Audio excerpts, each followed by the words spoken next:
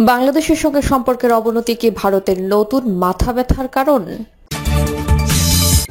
জানাবো জুলাই মঞ্চে শহীদ ও আহতদের মায়ের দাবি, আগে বিচার পরে নির্বাচন। এবং সর্বশেষে জানাবো নিজেদের ভুল বোঝাবুঝিতে ফেসিবাদ সুযোগ নেবে বললেন রিজভী। এতক্ষণ শুনলেন সংবাদ শিরোনাম, এবারে বিস্তারিত। বাংলাদেশের সঙ্গে সম্পর্কের অবনতি কি ভারতের নতুন মাথা ব্যথার কারণ? গত বছরের আগস্টে ছাত্র জনতার অভ্যুত্থানে দেশ ছাড়তে বাধ্য হন স্বৈরশাসক হাসিনা। বাংলাদেশ থেকে পালানোর পরপর হাসিনা ভারতে আশ্রয় নেন এবং তখন থেকে সেখানে বসবাস করছেন। শেখ হাসিনার 15 বছরের শাসনের অবসান ঘটিয়ে শান্তিতে নোবেল বিজয়ী অর্থনীতিবিদ ডক্টর মোহাম্মদ ইউনূসের নেতৃত্বে বাংলাদেশ একটি অন্তর্বর্তীকালীন সরকার গঠন করে। শেখ হাসিনার শাসনামলে ভারত ও বাংলাদেশের মধ্যে যে সম্পর্ক অত্যন্ত শক্তিশালী বলে মনে হয়েছিল, গত কয়েক মাস ধরে তা ক্রমাগত অবনতির দিকে যাচ্ছে। বাংলাদেশ ভারতের বর্তমান সম্পর্ক এবং এ বিষয়ে বিশ্লেষকদের মতামত এই নিয়ে একটি প্রতিবেদন করেছে বিবিসি উর্দু। এতে বলা হয়, সম্প্রতি ভারত থেকে স্থলবন্দর দিয়ে সুতা আমদানি বন্ধ করেছে বাংলাদেশ। এতদিন বেনাপোল, ভোমরা, সোরা মসজিদ, বাংলাবান্ধা, বুড়িমারি স্থলবন্দর দিয়ে সুতা আমদানির সুযোগ ছিল। গত মঙ্গলবার জাতীয় রাজস্ব বোর্ড স্থলপথে সুতা আমদানির সুবিধা বন্ধ করে দেয়। এর কয়েকদিন আগে ভারত বাংলাদেশকে দেয়া তাদের ট্রান্সশিপমেন্ট সুবিধা প্রত্যাহার করে নিয়েছে। ভারতের পররাষ্ট্র মন্ত্রণালয়ের মুখপাত্র গত সপ্তাহে সিদ্ধান্তের পক্ষে সাফাই গিয়ে বলেন, ভারত হয়ে বাংলাদেশের ট্রান্সশিপমেন্ট সুবিধা থাকায় দেশটির অনেক বন্দর ও বিমানবন্দরের ট্রাক, কন্টেইনার ইত্যাদি জট উল্লেখযোগ্য হারে বেড়েছে, যার কারণে এই সিদ্ধান্ত নিতে হচ্ছে। তবে দুই দেশের রাজনীতির উপর নজর রাখা বিশেষজ্ঞরা মনে করেছেন, বাংলাদেশের প্রধান উপদেষ্টা প্রফেসর মোহাম্মদ ইউনূস সাম্প্রতিক চীন সফরে ভারতের 7 সিস্টার্স নিয়ে করা মন্তব্যের পর এই বাণিজ্য সুবিধা বাতিল হল। ডক্টর মোহাম্মদ ইউনূস সম্প্রতি চীন সফরের সময় ভারতের উত্তর পূর্বাঞ্চলের 7টি রাজ্যে ব্যবসায়িক সম্ভাবনা নিয়ে কথা বলেছেন। তিনি বলেছেন, ভারতের পূর্বাঞ্চলে অবস্থিত 7 সিস্টার্স নামে পরিচিত 7টি রাজ্য সম্পূর্ণরূপে ল্যান্ডলকড। সমুদ্রের সঙ্গে তাদের যোগাযোগের কোনো উপায় নেই। আমরাই এই অঞ্চলের জন্য সমুদ্রের একমাত্র অভিভাবক। ডক্টর ইউনূসের এই মন্তব্য নিয়ে ভারতের নীতি নির্ধারক ও রাজনীতিবিদদের মধ্যে তোলপাড় শুরু হয়েছে। ডক্টর ইউনূসের এই বক্তব্যকে হুমকি হিসেবে পাঠ করেছেন তারা।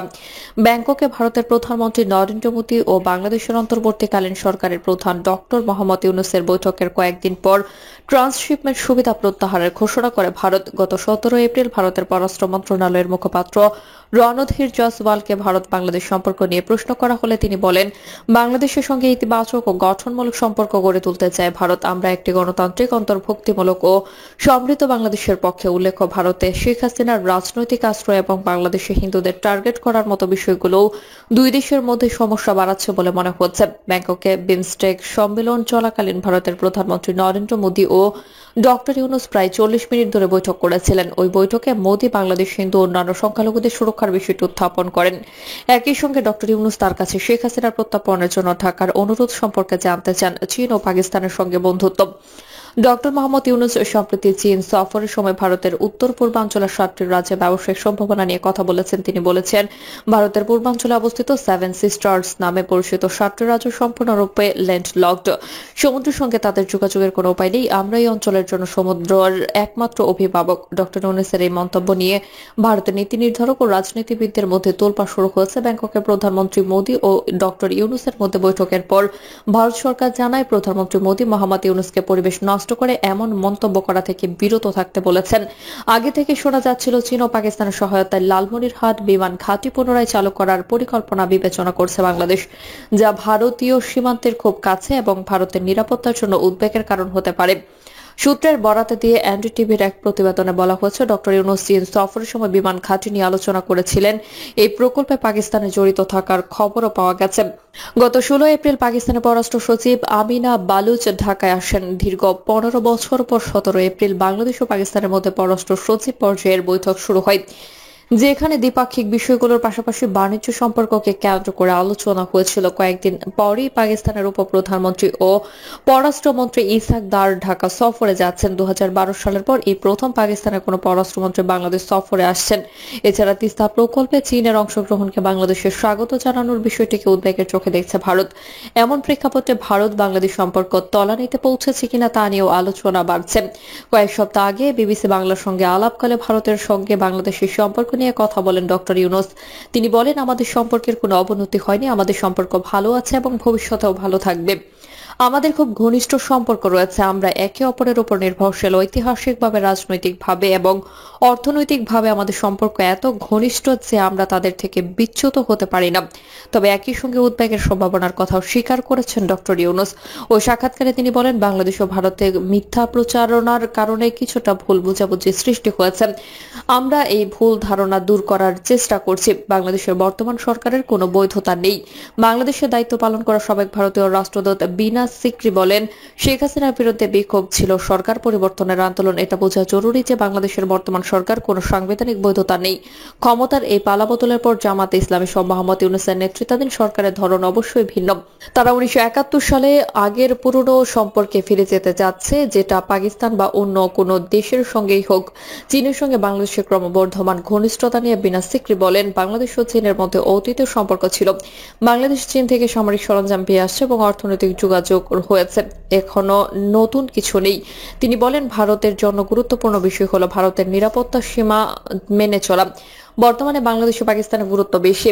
দিল্লির অবজারভার রিসার্চ ফাউন্ডেশনের স্টাডিজ অ্যান্ড ফরেন পলিসি বিভাগের ভাইস চেয়ারম্যান অধ্যাপক হর্ষ বি পন্থ বিএনপির উদাহরণ টেনে বলেন, অতীত বাংলাদেশে এমন সরকার ছিল যারা ভারত সম্পর্কে খুব একটা ইতিবাচক ছিলেন না। শেখ হাসিনা পুরোপুরি এক পেশে শাসক ছিলেন, এটাও বলা ভুল হবে। তার আমলে চীন বাংলাদেশের সবচেয়ে বড় প্রতিরক্ষা অংশীদার হিসেবে আবির্ভূত হয়। তিনি ভারত ও চীনের মধ্যে ভারসাম্য বজায় রেখেছিলেন। তার মতে যে কোনো দ্বিপাক্ষিক সম্পর্ককে দুদিকে লালন করতে হয়। তবে এই মুহূর্তে মনে হচ্ছে ইউনূস প্রশাসন ভারতের প্রতি বিশেষ প্রতিযোগিতামূলক মনোভাব নিয়েছে। অধ্যাপক পন্থ বলেন, বর্তমানে বাংলাদেশের প্রশাসন এমন অনেকে চালাচ্ছেন যারা পাকিস্তানের সঙ্গে সম্পর্ক উন্নয়নে বেশি তৎপর। তিনি বলেন, চীন এখন মুখ্য নয়, পাকিস্তান এখন বাংলাদেশে অনেক বেশি গুরুত্বপূর্ণ, যা অস্বাভাবিক। ভারত বাংলাদেশ সম্পর্কের কি অবনতি হয়েছে? তাহলে ভারত বাংলাদেশ সম্পর্ক খারাপ বলা কি ঠিক হবে? এমনটাই মত অধ্যাপক হর্ষ পন্থের। তার মতে দুই দেশের মধ্যে সম্পর্কের অবনতি হয়েছে। বাংলাদেশের নতুন প্রশাসন যেভাবে ভারতের সঙ্গে সম্পর্ক সামাল দিয়েছে তাতে নিশ্চিতভাবে সম্পর্কের ক্ষেত্রে অনেক টানাপোড়েন সৃষ্টি হয়েছে এবং দুর্ভাগ্যবশত এই মনোভাব পরিবর্তন করার কোনো ইচ্ছা তাদের আছে বলে মনে হয় না। আমি মনে করি না যে আমরা আগামী সময়ে কোনো নাটকীয় পরিবর্তন দেখতে পাবো। অধ্যাপক পন্থের মতে, শেখ হাসিনার সঙ্গে যেহেতু ভারতের খুব ভালো সম্পর্ক ছিল, তাই শেখ হাসিনার বিদায়ের পর সম্পর্কের ক্ষেত্রে নতুন পরিস্থিতি তৈরি হয়েছে। বিনা সিকরিও একমত যে দুই দেশের মধ্যে সম্পর্কের অবনতি হয়েছে। বিনা বলেন, আমার মনে হয় না এই মুহূর্তে ভালো সম্পর্ক চলছে। ভারতের জন্য এটা কতটা উদ্বেগজনক। বাংলাদেশের সঙ্গে সম্পর্কের অবনতি কি ভবিষ্যৎ ভারতের জন্য নতুন মাথা ব্যথার কারণ হয়ে দাঁড়াবে? প্রফেসর পন্থ বলেন, যখন আপনার এমন একজন সঙ্গী থাকে যাকে আপনি এতদিন ধরে লালন পালন করেছেন কিন্তু তার সঙ্গে সম্পর্ক আগের মতো নেই, সুতরাং এটা অবশ্যই ভারতের জন্য চ্যালেঞ্জ। শেখ হাসিনার আমলে ভারত ও বাংলাদেশের মধ্যে সম্পর্ক অনেক এগোচ্ছিল। সেগুলো কানেক্টিভিটি, বাণিজ্য, কৌশলগত সম্পর্ক বা সীমানা ইস্যু যাই হোক না কেন, এই সব সমস্যার সমাধান হয়নি। তবে পরিস্থিতি এমন ছিল যেখানে এটি কোনো সমস্যা ছিল না। তবে এখন সবকিছু নেতিবাচক দেখাচ্ছে। অধ্যাপক পন্থের মতে বর্তমান সময় বাংলাদেশের জন্য অনুকূল নয়। তিনি বলেন, আমরা যদি আজকের বাংলাদেশের দিকে তাকাই এবং কয়েক মাস আগে শেখ হাসিনা প্রধানমন্ত্রী থাকাকালীন বাংলাদেশের সঙ্গে তুলনা করি, তাহলে দেখা যাবে শেখ হাসিনা বাংলাদেশকে একটি নির্দিষ্ট রাজনৈতিক ও অর্থনৈতিক স্থিতিশীলতা দিয়েছিলেন। জুলাই মঞ্চে শহীদ ও আহতদের মায়ের দাবি, আগে বিচার পরে নির্বাচন। জুলাই আন্দোলনে নিহত আহতদের মায়েরা বলেছেন, আমাদের সন্তানদের হত্যাকারীদের বিচার আগে পরে নির্বাচন। বিচার না হওয়া পর্যন্ত কোনো নির্বাচন আমরা মানি না। তারা বলেন যে আওয়ামী লীগ জুলাই আগস্টে গণহত্যা চালিয়েছে, সেই আওয়ামী লীগ বাংলাদেশের রাজনীতি করার কোনো অধিকার রাখে না। গণহত্যায় জড়িত সবাইকে গ্রেফতার ও হত্যাকারীদের রাজনীতি নিষিদ্ধের দাবিতে শনিবার বিকেলে যাত্রাবাড়ি থানার সামনে জুলাই মঞ্চের উদ্যোগে শহীদ মার্চ সভায় তারা এই দাবি জানান। মায়েরা কান্না জড়িত কণ্ঠে বলেন, আমাদের বুক খালি হয়েছে, আমরা বুঝি কত বেদনা দুঃখ বুকে ধারণ করেছি। তারা বলেন, জুলাই গণঅভ্যুত্থানে যে নৃশংস হত্যাকাণ্ড ঘটানো হয়েছে তার মধ্যে পুলিশ, র্যাব ও বিজিবি সদস্যরা জড়িত রয়েছে। তারা গুলি করেছে, সব পুলিশ সদস্যরা দায়ী সেটা আমরা বলছি না। আমরা বারবার বলছি, যারা সুনির্দিষ্ট অপরাধের সঙ্গে জড়িত তাদের চিহ্নিত করে বিচারের মুখোমুখি করতে হবে। তারা আরো বলেন, জুলাই গণহত্যায় জড়িত এমন অসংখ্য আসামি এখনো আটক হয়নি।